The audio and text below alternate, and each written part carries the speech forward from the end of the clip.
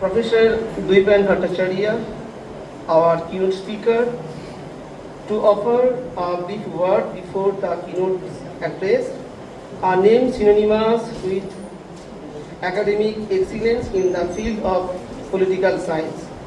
The area of interest and specialization of Professor Bhattacharya are Indian politics, left politics, analysis of power and institutions, and social hierarchies.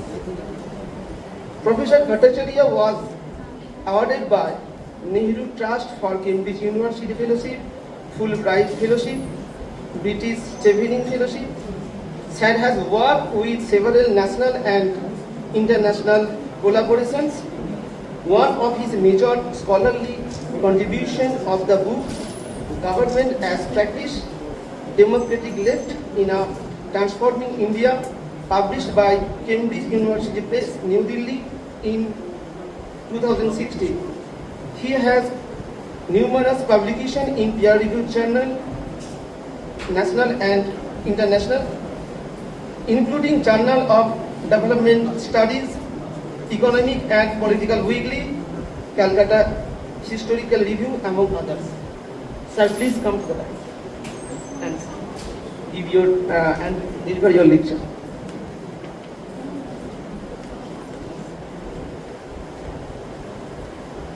আপনাদের সকলকে নমস্কার। সত্যি কথা বলতে আজকে এখানে আসতে পেরে আমি খুবই খুশি এবং সম্মানিত। মঞ্চে উপবিষ্ট যারা আছেন, ডক্টর লাহিড়ী, এই কলেজের প্রিন্সিপাল,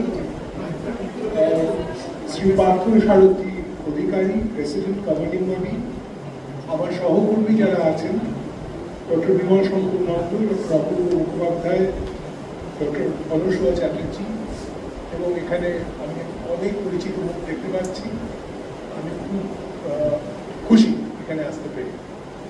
আজকে যেটা বলবো সেটা আমি লিখে এনেছি এবং খুব সহজ বৌদ্ধ ইংরেজিতে লিখে এনেছি। আমি খুব আস্তে আস্তেই পড়ব। আশা করি যে আমার পড়ায় বুঝতে কোনো অসুবিধা হবে না। এই কনফারেন্সের বিষয় মাথায় রেখেই এই লেখাটা তৈরি করেছি এবং আপনাদের যদি কাজে আসে আমি সত্যি খুব উপকৃত হব আপনাদের থেকে পরবর্তীকালে মতামত পেলে। লেখাটার নাম দিয়েছি crisis of democracy, emerging issues and possible futures, India and beyond. When I was studying political science in Kolkata in the 1980s, like many others of my generation, I held on a dream. We believed India was going through a democratic transition. More people were stepping into the political arena. We imagined a world inching towards justice, the age of world wars seemed behind us. In Latin America and Africa, people were rising against white racism and American imperialism. And despite its many faults, the socialist bloc still held our hope. Hope for a world beyond capitalist greed and brutal exploitation. Many here who studied political science in Kolkata during the late 20th and early 21st centuries would remember this well. Our training focused on socio-economic dimensions of politics.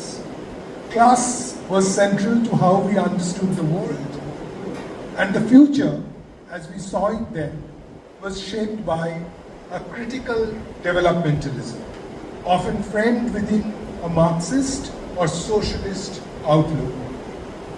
But that framework began to shift with the collapse of state socialism in Eastern Europe. A sense of closure settled over much of global academia. Nowhere was it clearer than in Francis Fukuyama's famous claim, the end of history. Liberal democracy, we were told, had won. Fascism and socialism were over. liberal constitutionalism, it was assumed, would now spread worldwide, hand in hand with global finance, open markets, and digital technologies. Almost as soon as this triumphalist vision was declared, it was challenged.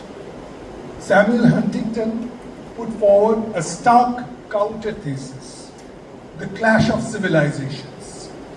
He shifted the focus from ideology or economics to culture. The conflicts of the future, he argued, would be civilizational, rooted in deep religious and historical divides. After 9/11, with rising Islamophobia and the West's aggressive interventions in West Asia, Huntington's prophecy seemed to take shape. But many in the global South saw it differently. Critical scholars read these events not as a clash of civilizations, but as a new phase of new imperial expansion, enabled by a unipolar world. From Iraq to Syria, Lebanon to Yemen, Palestine to now Iran, we have seen one attempt after another at violent regime change. Most have failed, all have left destruction in their wake. Today, as right-wing populism gains ground across the world and hyper-nationalism demands ever stronger security states, we find ourselves nearing a dystopian age. Power, not principle, seems to rule the global stage. It is not the moral authority of liberal democracy, but the logic of force that now sets the terms. We stand either at the edge of an abyss or at the cusp of a deeper shift in how we imagine society, the state, and politics itself. The issues we face today, both here and across the world, are many. They are complex, entangled, and deeply unsettling. I'm sure this conference will offer sharp, critical reflections on many of them. At the center is the relentless rise of ethno-nationalism. It has helped build powerful security states while steadily eroding the values of liberal constitutionalism. Alongside that, populism continues its global march, breaking down the institutions that once stood between state and society.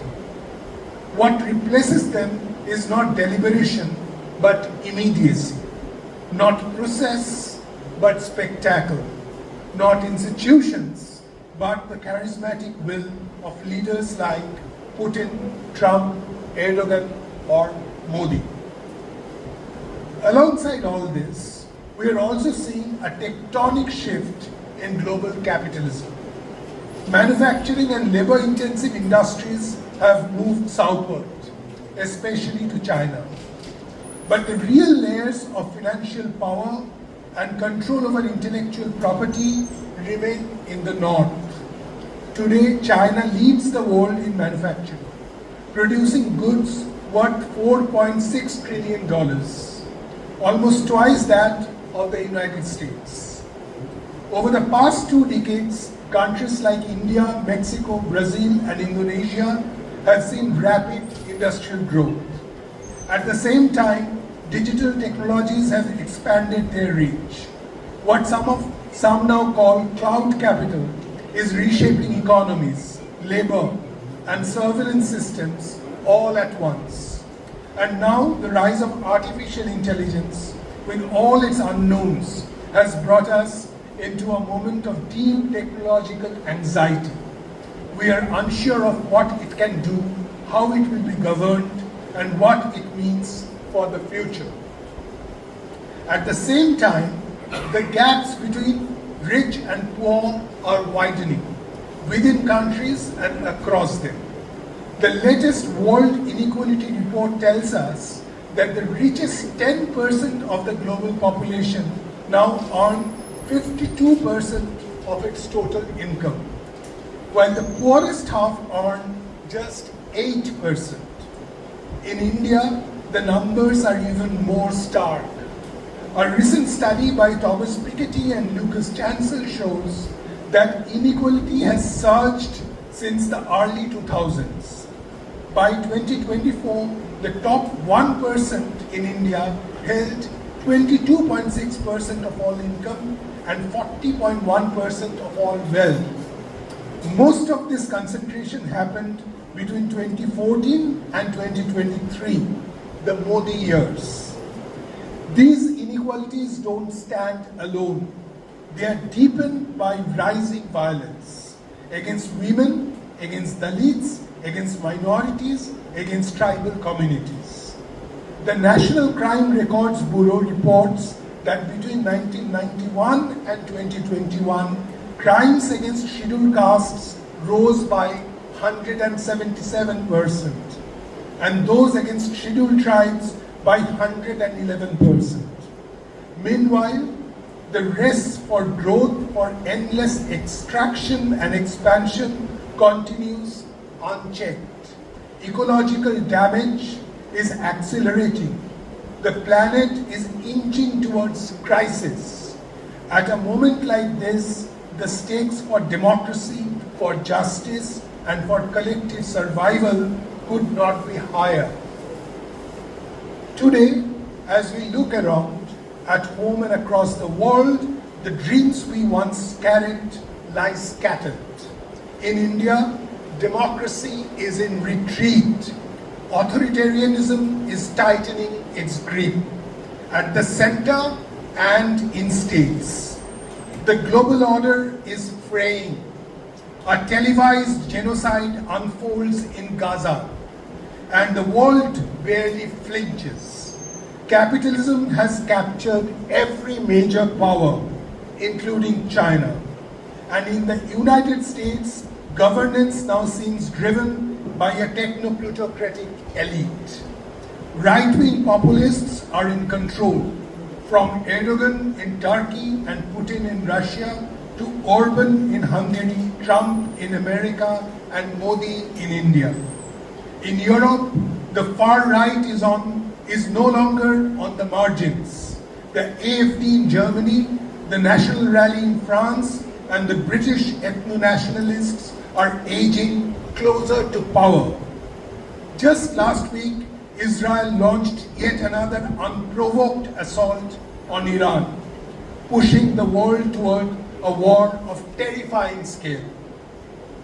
Meanwhile, global warming speeds up. Fossil fuels continue to be burned with abandon. Ecological collapse is no longer a distant threat. And now, with the rapid rise of digital media and artificial intelligence, much of what once felt morally grounded, what once gave democratic life its depth and meaning, is slipping away. We are closer to an apocalyptic moment than ever before. The questions before us are urgent and impossible to ignore. How did we arrive at this radically altered national and global order? And how do we begin to navigate the catastrophe now unfolding before our eyes? Outline of a crisis. As many in this gathering of political scientists will recognize, we are living through a systemic shift, globally and at home. What I offer here is only an outline, not a full map. The presentations to follow will no doubt deepen, complicate, and enrich this sketch with a range of theories, frameworks, and insights. To put it simply, we are witnessing a sharp narrowing of political and moral horizon, both internationally and within nations.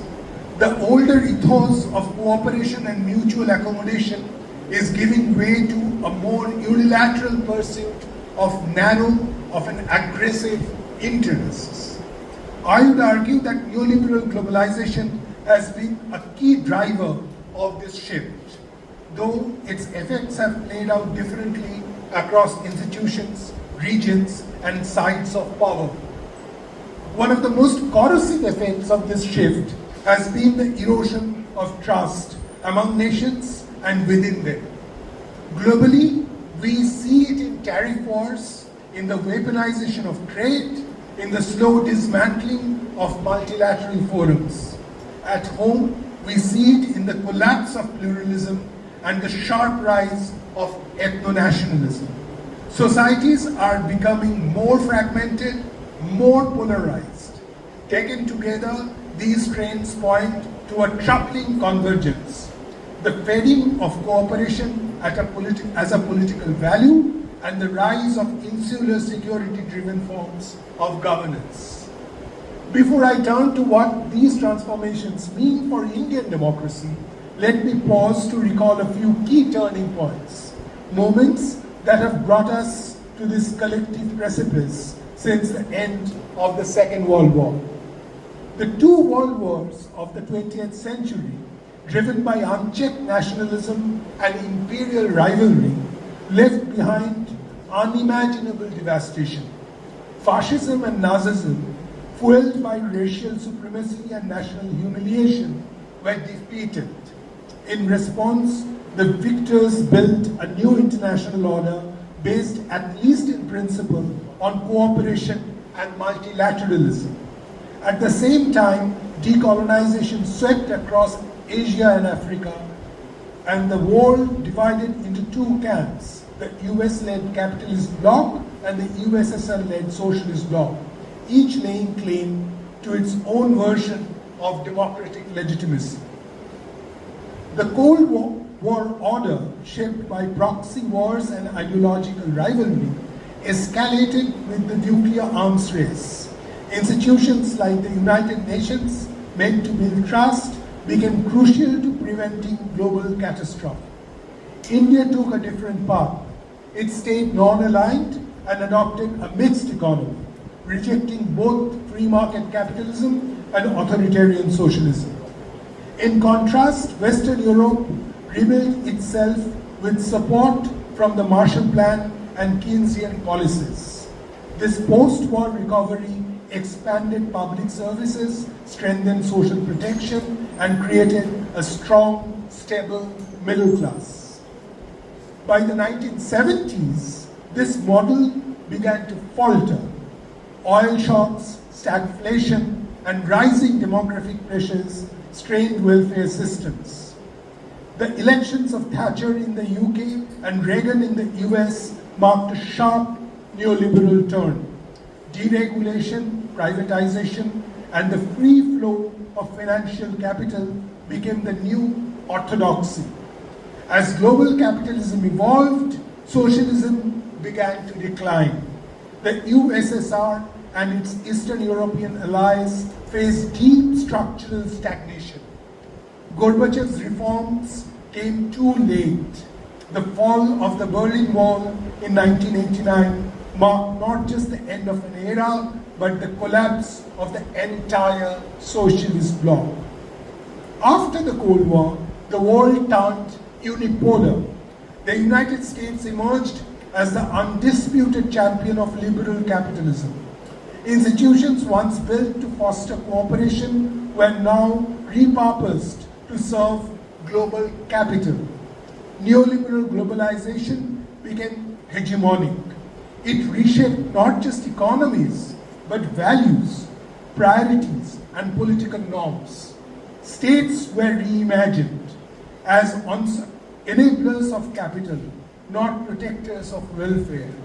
Institutions like IMF and World Bank enforced structural adjustment programs that stripped much of the global south of its economic sovereignty. For India, the liberalization of 1991 did open new doors. More economic growth, more foreign investment, deeper global integration. But it also brought with it a set of structural vulnerabilities. Inequality grew, public institutions weakened, and the space for democratic dissent began to shrink. These were not side effects. The political consequences of this neoliberal turn lie at the core of India's current democratic crisis. This transformation has set in motion something deeper and more unsettling. It has reshaped how we think about nationalism. It has eroded the credibility of key political institutions, and it has thrown our shared moral compass off course. This hasn't happened overnight. It has come through a slow, steady, often unnoticed shift, one that now feels, if not irreversible, then certainly deeply rooted. Let me now pause to reflect briefly on each of these dimensions. The shifts. Indian nationalism took shape under colonial rule and grew as anti-colonial force. But in both its makeup and vision, it was strikingly different from its European counterparts. European nationalism often sought unity through sameness, ethnic purity, linguistic uniformity, shared ancestry. Indian nationalism did the opposite. It brought together immense diversity of language, caste, religion, and ethnicity. This plurality wasn't a concession. It was central to the very idea of India.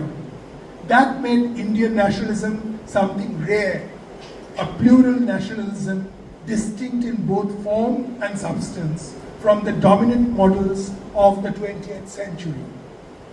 Most classical theories of nationalism come from European experience. They are the shift from the imperial monarchies to modern nation states, beginning with the Treaty of Westphalia, unfolded over 2 centuries. These new states were built around a standard language, mass education, and an integrated labor market.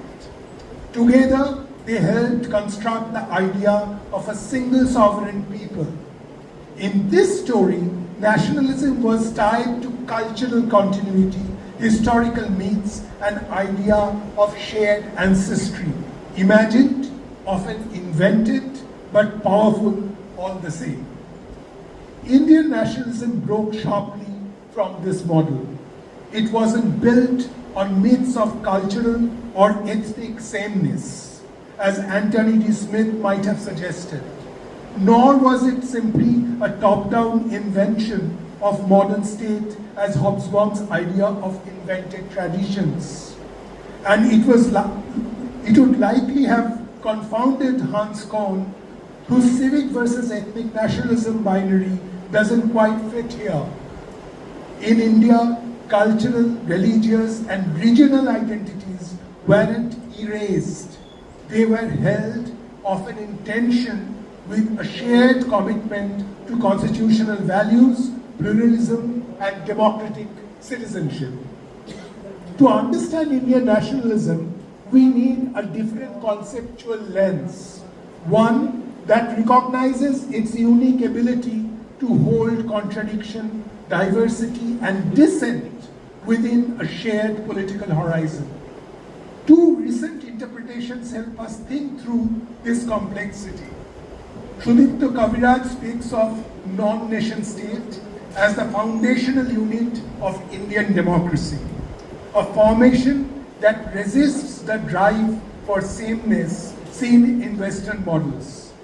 Partho Chatterjee, in a related but distinct move, draws a sharp line between the nation state and the people nation in his account of populism's rise in contemporary India.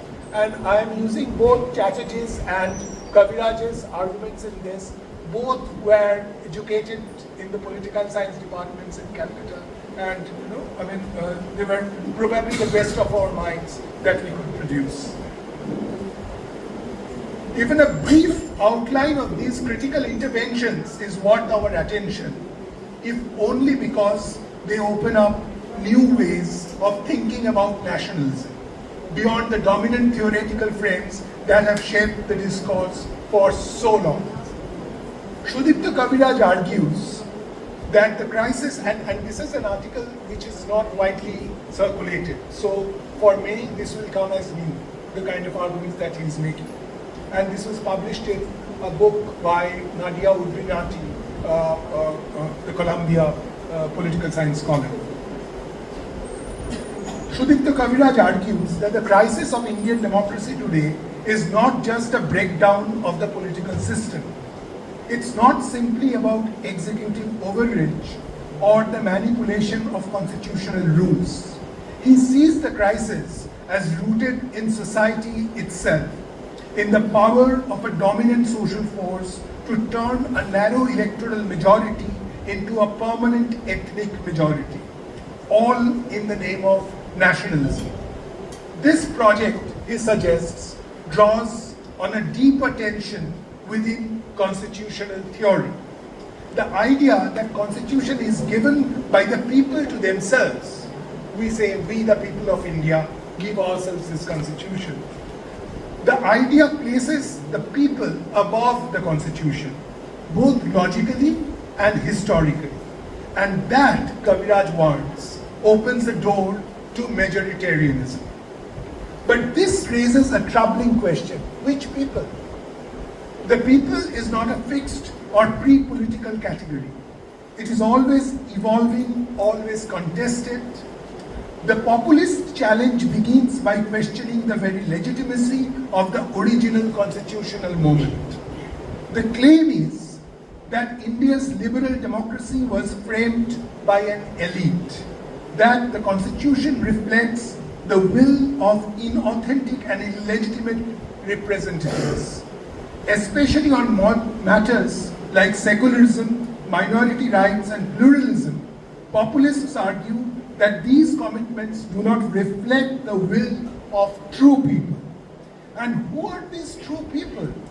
Often they are equated with the Hindu majority, seen not just as a demographic fact, but as the moral core of the nation.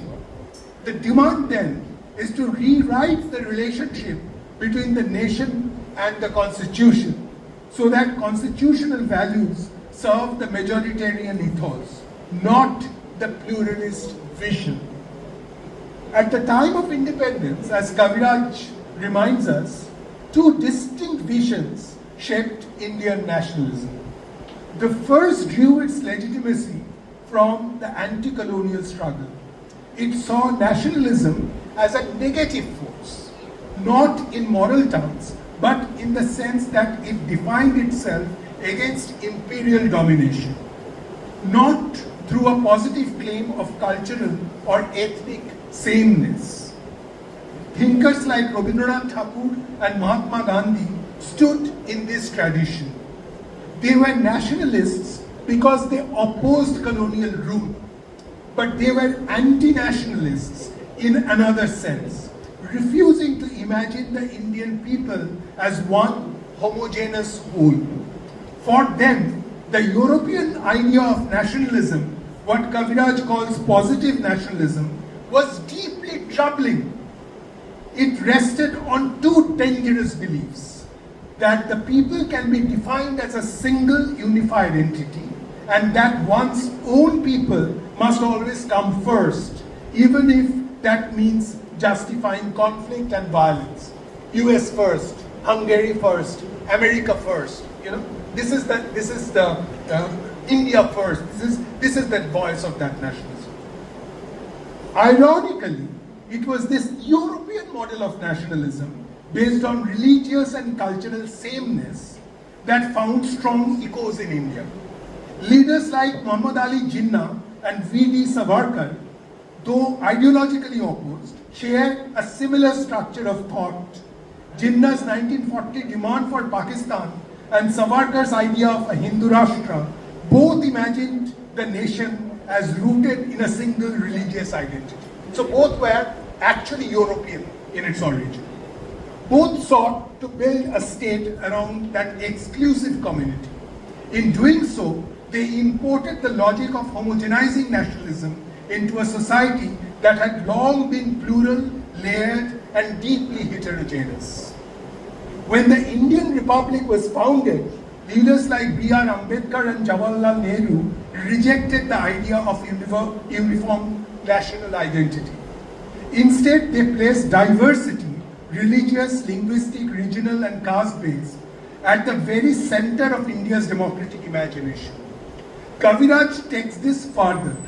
he reminds us that Indian society is not just diverse, but convexly diverse. A person might belong to a religious majority, but also to a caste or linguistic minority. These overlapping layers make Indian society resistant to homogenization. What holds it together, Kaviraj argues, is not shared ancestry or a single culture, but a lived attachment to land, to people, and to shared civic life in the present. Whenever uniformity is imposed, whether in the name of religion, language, or ethnicity, it is bound to meet resistance. This ethos, the idea of the non-nation state, found partial but powerful expression in Indian constitution. But as Kaviraj points out, this vision began to fade with the second generation of political leadership. The task of cultivating constitutional pluralism, of embedding its values into the public imagination, was largely set aside. It was ignored. At the time, Hindu Mahasabha posed no immediate threat, and the urgency to defend pluralism seemed low. But over time, the gravitational pull of the European model of the nation state grew stronger. So did the centralization of political and economic power, especially under Indira Gandhi. Together, these forces slowly chipped away at the constitutional vision and had once placed diversity at its heart, at its core, at its center. To this, I would add a cultural dimension that often is overlooked: the role of a detached, sometimes complicit intellectual elite. We are. In their embrace of secularism, civic nationalism, and constitutional modernity, many within this elite, that is, many within us, gradually lost touch with the vernacular rhythms of India's cultural life. Their values circulated in a narrow sphere: urban, Anglophone, upper caste. I mean, if we just look at this table today, you will find 90%, if not 100%, upper caste intellectuals, and rarely reached the broader public. As a result, ideals like constitutional secularism and pluralist nationalism remain just that, ideals.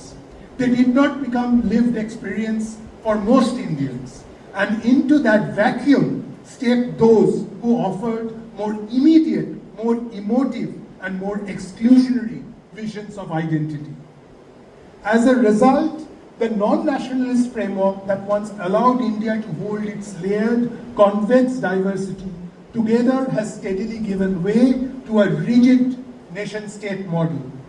The shift has been forcefully driven by the rise of Hindutva, which seeks to redefine the people as a singular Hindu majority. In doing so, it does more than just erode the pluralist foundations of Indian democracy. It strikes at the heart of the constitutional vision that once held India's diversity together, not just as a fact, but as a moral and political principle. How then do we begin to push back against this shift towards a homogenizing majoritarian nation state? Partha Chatterjee, drawing on Gramsci, offers a useful distinction between the nation state and the people nation. This isn't just a way to explain what's happening. It also opens up strategic possibilities. It allows us to reclaim the spirit of the non-nation state while deepening its meaning and expanding its political horizon. Counter-hegemony. According to Chatterjee, the Indian nation state, though founded with democratic aspirations, carried forward the core structure of the colonial state. Its legal administrative machinery remained largely intact. It functioned in English. It was run by a bureaucratic elite. In many ways, This was less a rupture with the colonial rule than a transfer of control. The post-colonial elite, though sovereign in name, could never truly speak for the entire nation. As a result, India never underwent a full democratic revolution, neither bourgeois democratic nor popular democratic. What we got instead was a passive revolution, where top-down reforms stood in for deep structural change. Yet beneath this formal state order, Chatterjee points to a second, more dynamic space, the realm of the people nation. This is where subaltern groups live and act. Peasants, workers, Dalits, Adivasis and others spread across India's vernacular cultural worlds. These communities have long imagined the nation in their own terms, through local histories, regional languages, and symbolic idiom. In Maharashtra, for example, the nation appeared as a male warrior hero. In Bengal and in northern India, as a mother goddess. No serious idea of India can take shape without engaging these richly textured imaginaries, spoken not in English, but in the regional tongues and the so-called dialects. Hindutva nationalism does the exact opposite. It imposes a singular idea of the nation, summed up in the earlier slogan, Hindi, Hindu, Hindustan.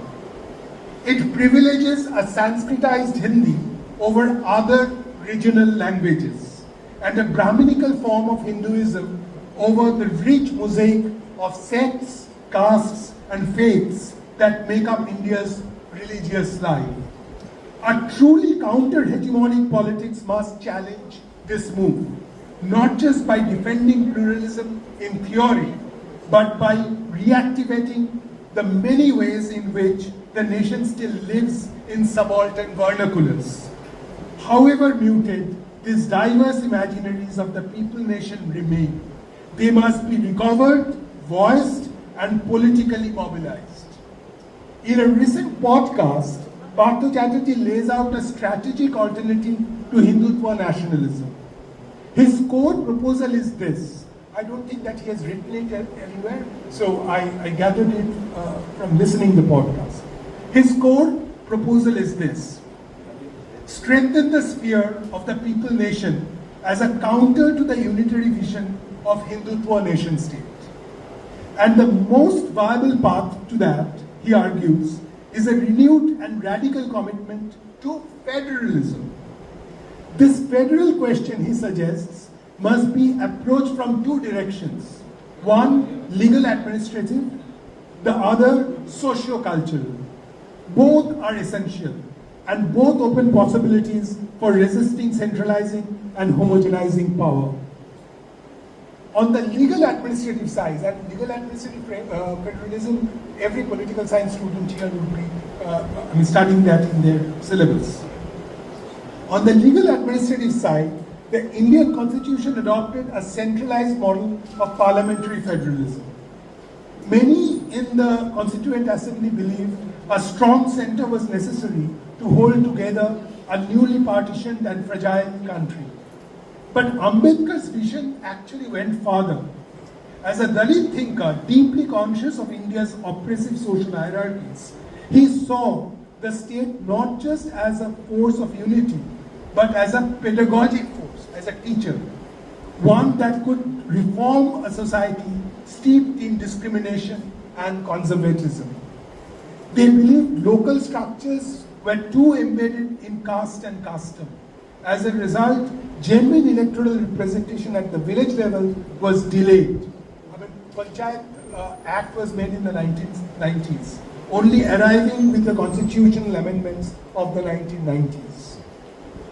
On the socio-cultural front, however, federalism found early expression in the 8th schedule of the Constitution. The framers resisted the push to make Hindi the sole national language. There was a very powerful push actually to make Hindi the only national language. Instead, they recognized 14 languages, including Hindi, as official languages, a number that later grew to 22. This was no small gesture. It signaled a commitment to India's linguistic diversity as part of its democratic fabric. The linguistic reorganization of states in 1956 further deepened this federal impulse, but it always sat uneasily alongside the strong centralizing tendencies built into the administrative structure. So there's a tension between the administration and the cultural federalism. Chatterjee now calls for a countrywide political mobilization around a simple but powerful principle: equal recognition for all regional and sub-regional cultural formations, their languages, their moral worlds, their histories. This would mean a true vernacularization of Indian democracy, a deeper rooting of politics in the lived imaginaries of the people nation. It would also mean pushing back against a double imposition, the dominance of the elite English on the one hand and Hindutva's Sanskritized Hindi on the other. Both speak the language of the unitary nation state, and both must be challenged. This approach challenges the idea that the nation state is either neutral towards or naturally superior to people nation. Instead, it insists on a relationship of radical equality between the two. It also moves beyond the older idea of non-nation state. The idea resisted homogenization, yes, but it still saw the assimilation of diversity as necessary for a unified civilizational identity, often framed as classical and composite. That framework leaves space for symbolic or ritualistic appropriation, a strategy now used routinely by Brahminical Hindutva. Dalits, Adivasis, and non-Hindi linguistic communities are co-opted into the nation through cultural gestures, not through real shifts in power. Diversity in this model is not embraced, it is instrumentalized. Chatterjee's model pushes back against this. It refuses to use unity in diversity as a rhetorical mask for inequality. Instead, it demands real substantive equality in recognition, in representation, and especially for smaller, often marginalized cultural formations. He calls this relativist view of Indian nation, one that doesn't flatten differences under a dominant frame, but places diverse cultural imaginaries side by side on equal footing. It is arguably one of the strongest grounds we have today for imagining a counter-hegemonic, pluralist, and truly federal democratic politics. Now I come to the last section, which is culture wars. As I suggested at the outset, if right-wing populism cloaked its nationalism in one of the defining challenges of our time, the other, no less urgent, is the staggering rise of economic inequality under neoliberal globalization. And today, these two forces no longer operate in isolation. They feed off each other. Across the capitalist world, in both global north and south, economic precarity has helped fuel a politics of ethno-nationalism. This politics thrives on resentment, anti-globalist, anti-immigrant, anti-minority. What emerges is a closed political imaginary, one that claims to protect the welfare of a supposedly authentic majority, defined always against someone else, the illegal immigrant, the appeased minority, the undeserving recipient of affirmative action. The politics of ethno-nationalism then is both economic and cultural. It takes the rage that inequality should provoke and redirects it away from elites and capital towards the most vulnerable. What we are witnessing is a tragic inversion, a moment where rising inequality, something that should spark class-based solidarity, a fight between the many and the billionaire few, has instead given rise to culture wars, lateral battles, Dalits against Muslims, citizens against migrants, the meritorious against the quota holders, and all the while the plutocrats, those who profit most, remain untouched, insulated from democratic pressure, hidden from plain sight. The question we must ask now, and can no longer postpone it, is this: how has such a profound regression become so normal, so quietly accepted? And what might a strategic democratic pathway out of this conundrum look like? Mike Sandel, in The Tyranny of Merit, captures the heart of our democratic crisis with a striking clarity. Like the triumph of Brexit in the United Kingdom, he writes, the election of Donald Trump in 2016 was an angry verdict on decades of rising inequality and a version of globalization that benefits those at the top but leaves ordinary citizens feeling disempowered. He further writes, 4 decades of market-driven globalization have hollowed out public discourse, disempowered ordinary citizens, and prompted a populist backlash that seeks to clothe the naked public square with an intolerant, vengeful nationalism. It is a bleak but truthful diagnosis, one that applies far beyond United States or United Kingdom. Before we ask how this condition might be reversed through a renewal of democratic politics and a morally grounded public discourse, we must face a harder question. Why has rising inequality, instead of fueling anger at the privileged elite, so often unleashed xenophobia and ethno-nationalist rage against the less fortunate? Why has the resentment of the economically dislocated turned laterally into culture wars among the disadvantaged, rather than vertically into a collective reckoning with privilege, wealth concentration, and institutional impunity? If we look at the literature on how the poor respond to rising inequality, 3 broad patterns emerge. The first is withdrawal. Many, convinced that the system is rigged and deaf to their concerns, simply disengage. They retreat from political life, not because they are silenced, but because they have lost faith that their voice matters. This produces a kind of democratic paralysis, not through repression, but through despair. The second response is more hopeful, though far rarer today. The poor, acting as an organized majority, may demand the redistribution of wealth and property. This requires mobilization along class lines, where inequality is seen not as personal failure, but as a result of a systemic exploitation. It is this path that classical theories of democracy and socialism have long celebrated: collective action aimed at building a more just and egalitarian order. The third and increasingly common response is more troubling. Poor people who belong to a religious or ethnic majority align themselves with the powerful within their own community.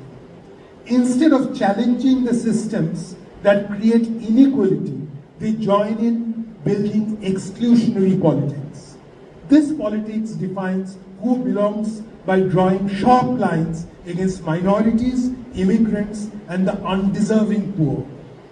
Inequality then is not fought, it is reframed.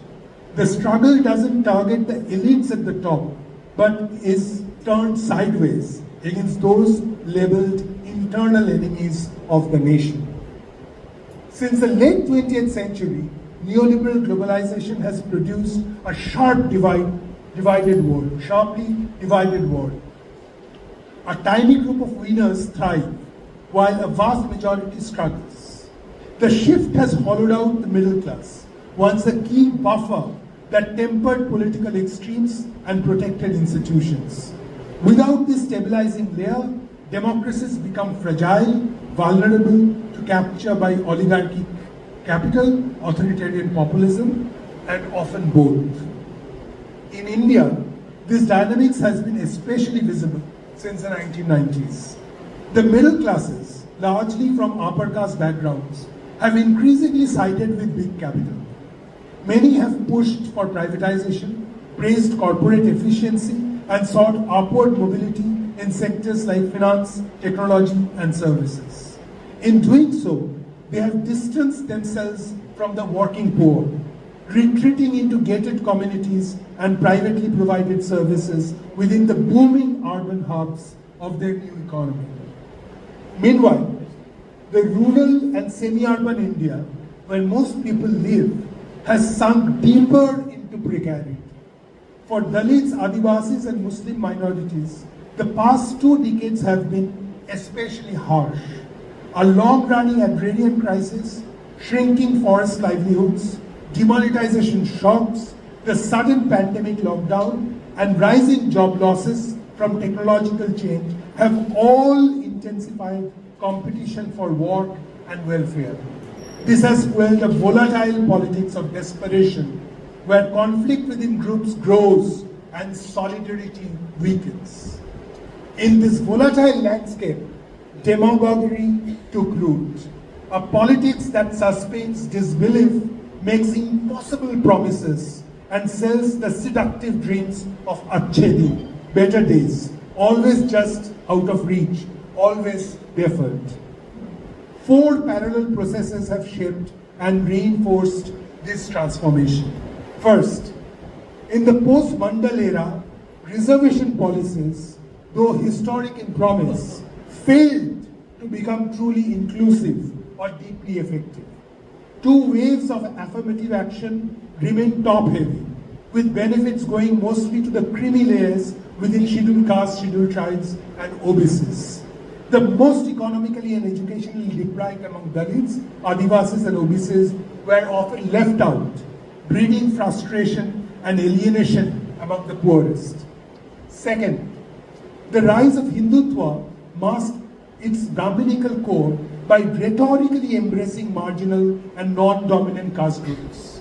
The BJP, especially in Uttar Pradesh and Bihar, successfully drew large numbers of non-Yadav OBCs and non-Jatav Dalits, disrupting the traditional caste calculation of regional parties. Only recently have parties like Samajwadi Party and Rashtriya Janata Dal started to recognize these missteps and adjust their strategies in candidate selection and caste outreach. Third, aggressive nationalism feeds on a sense of threat, humiliation, or decline. It builds symbolic power and imagined superiority, often detached from material reality. Hindutva ethno-nationalism is a clear example. It asks lower caste Hindus to envision rising status by joining upper caste in opposition to Muslims, portrayed as anti-nationals and traitors. This cross-caste mobilization against a common enemy has been politically powerful, even if it reinforces the very hierarchies it claims to challenge. Fourth, liberal and left forces, mainly the Congress and parliamentary communist parties, have gradually lost their ideological and organizational relevance. Their words ring hollow. Their leadership seems insular and elitist, and their politics lack a transformative vision. As mentioned earlier, their mainly upper caste English-educated leadership, alongside a detached secular intelligentsia, failed to vernacularize the constitutional ideas or embed the Republic's founding values in the daily lives of India's subaltern classes. This failure opened the door for Sangh Parivar to fill the gap, not to empower, but to assert hegemonic control over marginalized communities. To sum up, the crisis of democracy and the rise of ethno-nationalism, packaged as a right-wing populism, are now among the most burning issues in state society and politics, both in India and across the world. The core architecture of democracy, its 4 pillars, legislature, executive, judiciary, and a free press, is under steady assault. Legislatures are sidelined as executive power balloons, often in the hands of the populist strongmen. Judiciaries are kept under pressure through political interference in appointments and backlash against critical judgments. And the media, once a watchdog, is either co-opted by state and corporate patronage or discredited as fake news, while party IT cells flood the public sphere with disinformation. There's no going back to a more innocent democratic past. The ground has shifted. The fight for democracy today isn't just about fixing broken institutions. It's about transforming society. It means confronting deep-rooted hierarchies, social, economic, and intellectual. It calls for a new public ethic rooted in solidarity, mutual care, and cooperation. Above all, it demands a renewed vernacularized struggle for liberty, equality, and fraternity, reimagined for our moment, shaped by our realities, and led by those who have long stood at the margins of power. Thank you.